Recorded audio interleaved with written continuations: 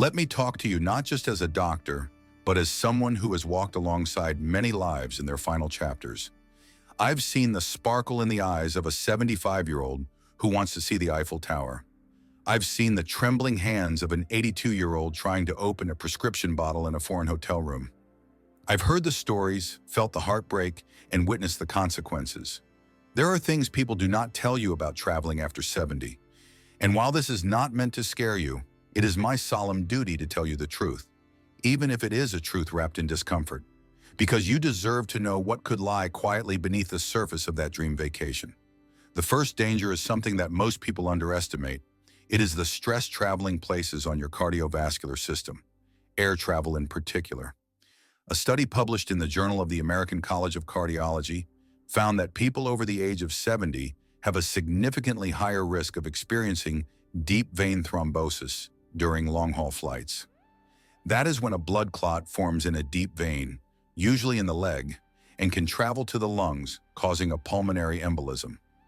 Now imagine being 30,000 feet in the air with limited medical help when that clot moves. The risk is not imaginary. Long periods of immobility, dehydration, and cabin pressure changes all contribute. Your body is not the same as it was at 40. The circulatory system slows down, recovery times increase. One wrong flight, one long wait on the runway, and it could trigger something life-threatening. And here is the worst part. You may not even feel it until it is too late. The clot may form quietly, giving no warning at all. The second danger is infections.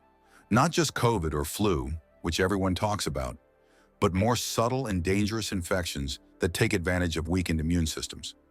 According to research from the Centers for Disease Control and Prevention, older adults are more susceptible to pneumonia, urinary tract infections, and even foodborne illnesses, particularly when exposed to unfamiliar environments.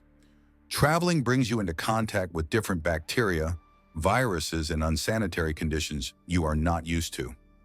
The body's immune response after 70 starts to lose its sharpness. This is called immunosenescence.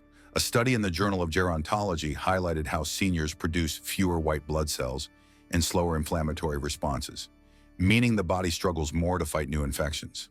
Something as simple as a mild stomach bug from undercooked food can escalate into dangerous dehydration or kidney complications.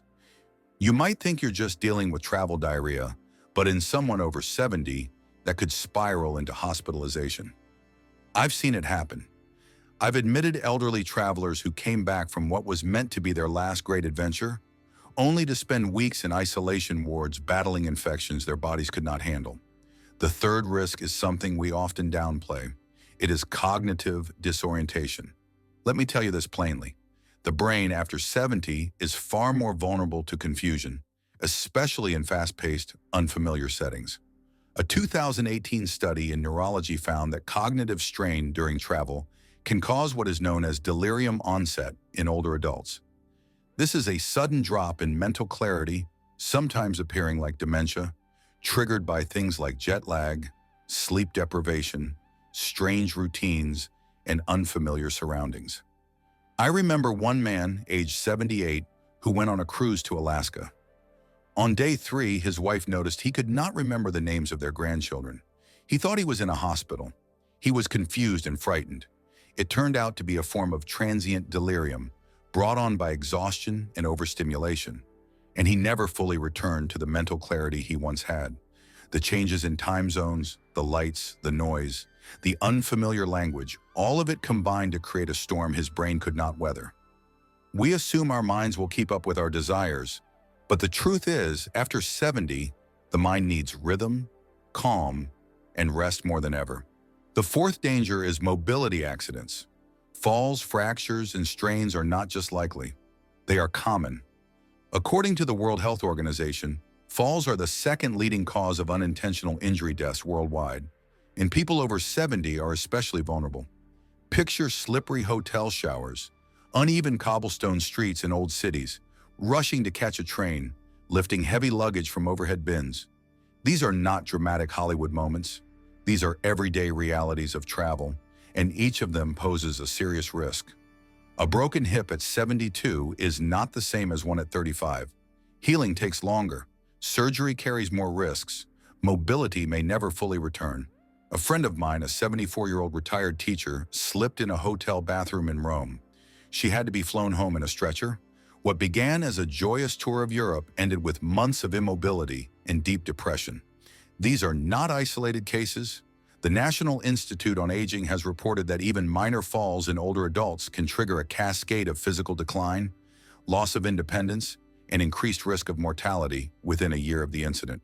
And then comes the fifth and most hidden danger of all: emotional and psychological distress. Traveling for many is supposed to bring joy. But for seniors, especially those already carrying the silent burdens of aging, it can amplify loneliness, anxiety, and helplessness. Being in unfamiliar places, unable to communicate due to language barriers, and feeling physically overwhelmed can create a deep emotional strain. According to a study published in the American Journal of Geriatric Psychiatry, older adults are more prone to depressive episodes after stressful experiences like difficult travel. The feeling of being dependent on others, even if it's just asking a stranger for help lifting a suitcase, can be humiliating for some. The overstimulation, the unfamiliarity, the fatigue, all pile up in ways that chip away at dignity. One woman I knew told me that her trip to Thailand at 76 left her feeling invisible. She said she felt like the world was rushing past her, that she was in the way. No one saw her, no one had time. She came back not refreshed but deflated. Her family had hoped the trip would lift her spirits. Instead, it reminded her of how much she could no longer do. I say this not to discourage you from dreaming, but to ask you to weigh the cost of certain dreams. Traveling after 70 is not just a ticket and a passport. It is a negotiation with your body, your mind, and your dignity. It is not about fear. It is about facing reality with wisdom. You may still be sharp and agile, but the statistics do not lie. The risks are higher. Recovery is slower. The world, for all its beauty, is not always forgiving. There is a deep freedom that comes when you stop chasing what others say you must experience. There is a peace in knowing that staying closer to home, within the familiarity of your routine and the embrace of your community, might be the very thing your soul needs more than another country stamped in your passport. There is no shame in choosing comfort, safety, and predictability after a lifetime of challenge and exploration. The greatest journey at this stage may not be to the other side of the globe, but into deeper connection with your loved ones, your memories, your health, and your own stillness. I know some may say, but I want to see the world before I go. And to that I say, then plan with the utmost care. Travel light, move slowly, ensure medical support is within reach, and be honest with yourself and your limitations. If the trip is more about proving something than truly enjoying it, perhaps it is time to ask why. Because sometimes the need to go out there is a reflection of an inner restlessness that may be soothed not by another hotel room, but by sitting in your own garden, holding the hand of someone who still remembers the sound of your laughter from decades ago. There is a certain nobility in aging with grace. That grace includes knowing when to let go of old urges and instead create a different kind of adventure. One filled with reflection, with peace, with presence, a life where every step you take is thoughtful, safe, and filled with meaning. Not because you crossed a border, but because you honored the truth of where you are in life. Traveling after 70 is not always worth the cost it demands from your body and mind.